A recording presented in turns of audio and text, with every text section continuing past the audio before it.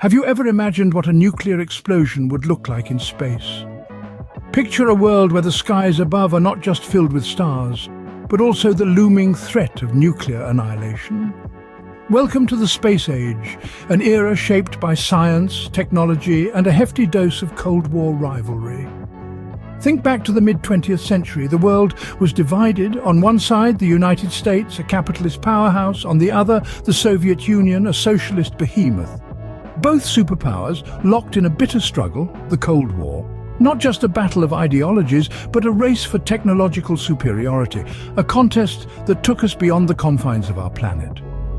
In this era, the cosmos became a new frontier, a stage where the USA and the USSR jockeyed for dominance.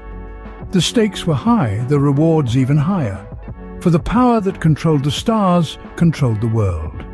This was the dawn of the space age, a time of unprecedented scientific innovation and discovery, but also of fear and uncertainty.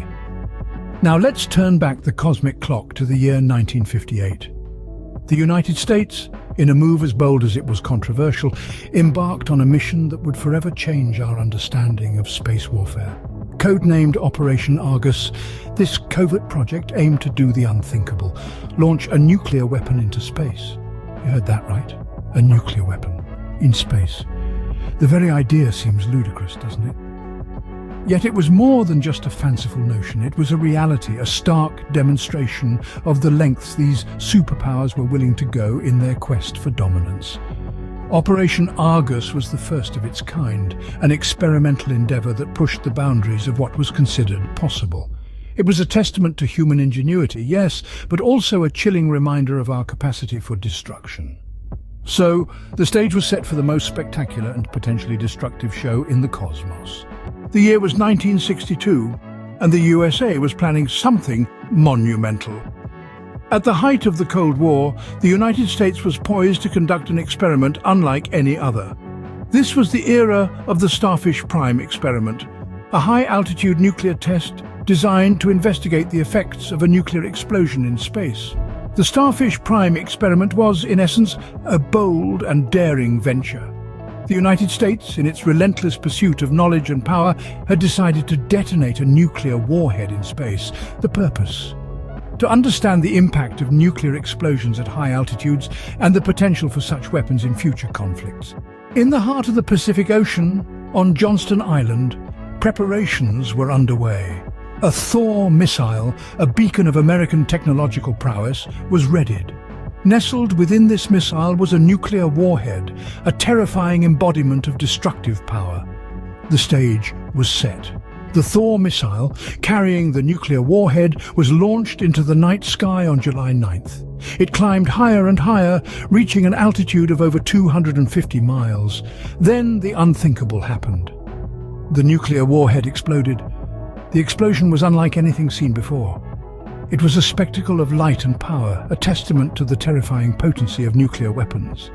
The explosion created a fireball that was visible even from Earth, a sight that left observers in awe and dread.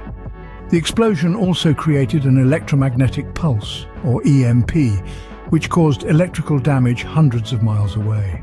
The Starfish Prime experiment was indeed a success in terms of achieving its objectives. But, like many scientific endeavors, it was not without its unforeseen consequences.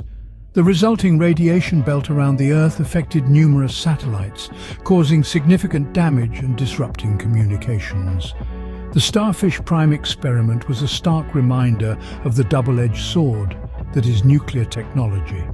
It demonstrated the immense power that humanity now wielded, but it also revealed the potential for catastrophic consequences. The Starfish Prime experiment was a success, but it opened a Pandora's box of problems. Remember, every action has an equal and opposite reaction. This principle, first proposed by Sir Isaac Newton, is as true in space as it is on Earth, and it was a lesson learned the hard way by those involved with the Starfish Prime experiment. The Starfish Prime experiment, a detonation of a nuclear weapon in space, had a series of unexpected after-effects. One of the most significant was the creation of an artificial radiation belt around the Earth. This belt, composed of charged particles trapped in the Earth's magnetic field, posed a threat to both manned and unmanned space missions. Astronauts and satellites had to navigate through a minefield of radiation, risking damage to their delicate systems and potential harm to human health. But the damage was not confined to space. The Starfish Prime experiment also had ground-level consequences. The electromagnetic pulse, or EMP effect caused by the explosion, reached far beyond its point of origin. The EMP effect is a burst of electromagnetic radiation that can disrupt or destroy electronic equipment over a large area. In the case of Starfish Prime, this meant damage to streetlights and radios in Hawaii, more than 1,000 miles away from the detonation point.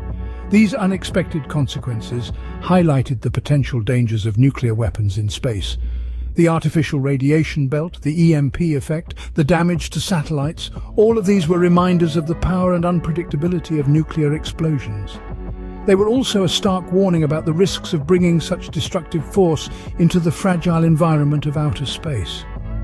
The Starfish Prime experiment was a wake-up call to the world. It showed that the consequences of nuclear weapons in space were not just limited to the immediate area of the explosion. They could reach far beyond, affecting life on Earth and posing a threat to the future of space exploration.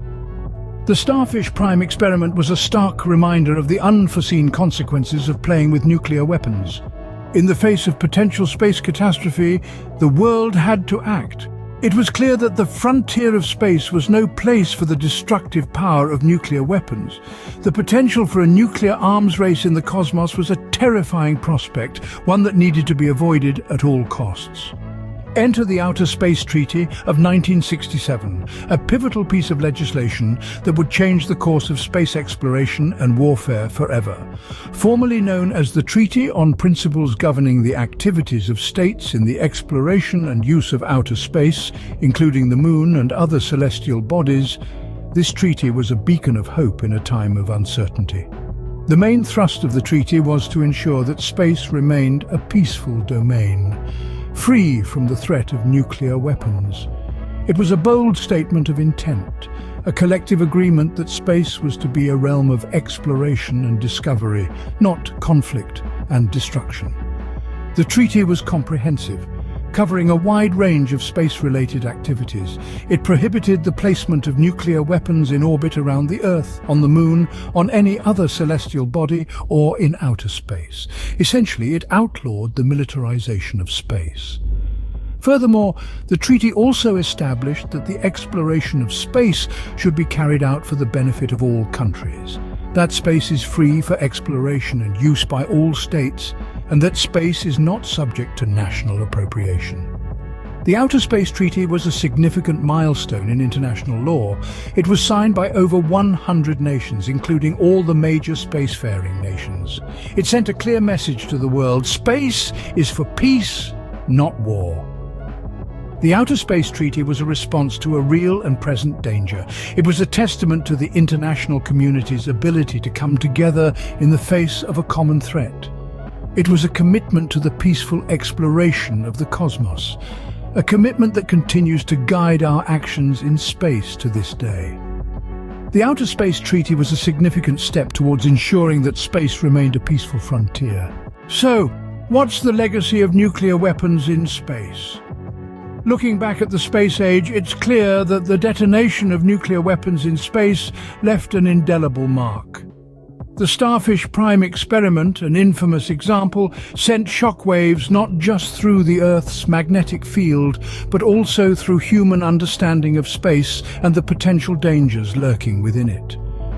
The fallout from Starfish Prime and similar tests wasn't just metaphorical, it was literal. Debris from these experiments continues to orbit our planet, a grim reminder of our past recklessness. These fragments pose a significant risk to both manned and unmanned space missions. The International Space Station, for instance, has to frequently adjust its orbit to avoid collision with this space junk. Efforts to clean up the space debris are ongoing, but they are not without their challenges. The sheer volume of debris, coupled with its high velocity, makes retrieval or destruction a daunting task. Moreover, the cost of such operations is astronomical, pun intended. But the legacy of nuclear weapons in space isn't just about the physical debris.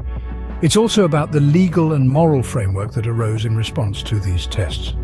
The Outer Space Treaty of 1967, signed at the height of the Cold War, was a landmark agreement. It declared space a nuclear-free zone and laid the groundwork for peaceful coexistence beyond Earth's atmosphere. Today, the Outer Space Treaty remains as relevant as ever. As private companies join nations in the race to explore and exploit space, the principles enshrined in the treaty serve as a guiding light.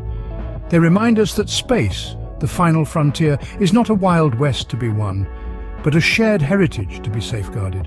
The legacy of nuclear weapons in space is a complex tapestry of scientific ambition, technological prowess, geopolitical tension, and human folly. It's a chapter of history that serves as a stark reminder of the potential consequences of our actions.